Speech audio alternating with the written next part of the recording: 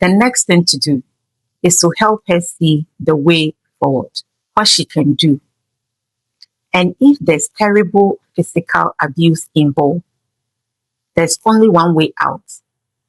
And that was to see how you can get the victim out of that environment as soon as possible. Because we don't want to lose another life.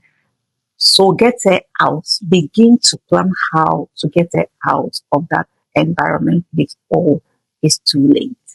But if there's no physical abuse involved, and it's only emotional, psychological, sexual, and all the rest, then we can begin to see how we can help set her free mentally. That is the most important thing that we can offer to victims of domestic violence. When they are free mentally, then they are free indeed. The rest they can handle. They can even decide to stay in that same environment, but they will no longer be affected by the abuse. And it's not because the abuser has changed. No. It's because the victim is now a changed person up here. And so she will no longer suffer the effects of the abuse. She will know exactly what to do. And now she can take tough decisions for herself. But as I said, if there's physical abuse involved, we must get her out first, because setting her free mentally is a process. It's not an event.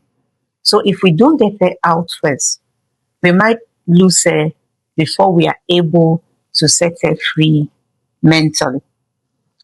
And when it comes to cases of spousal abuse, where you seek help or counseling is very important. You have to be careful, because we live in a society where, I don't know, at times, is it that we forget that domestic violence is real, or we are living in pretense and in denial? And so when you can go for counseling and all you get is traditional and general advice, and that doesn't help the situation when it comes to spousal abuse. So you will want to seek counseling where the person understands what domestic violence is, where the person has walked the path and has stood the test of time. It means tough lessons has been learned. And by the grace of God, I am one of them. God has used me to settle hopeless marital cases. And today, they are having heaven on earth marriages as we speak. And so, I am here to help. You see, it's different reading about it. It's different listening to people's stories about it. It's different researching about it, even though I have done research on it and I'm still on it. It's different observing even your loved ones going through it. But when it is you yourself going through it, that is where the real understanding comes.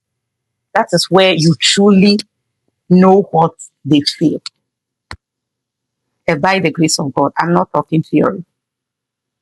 I'm talking practical lesson in this same society that we live in, and we understand what the mindset of the society is.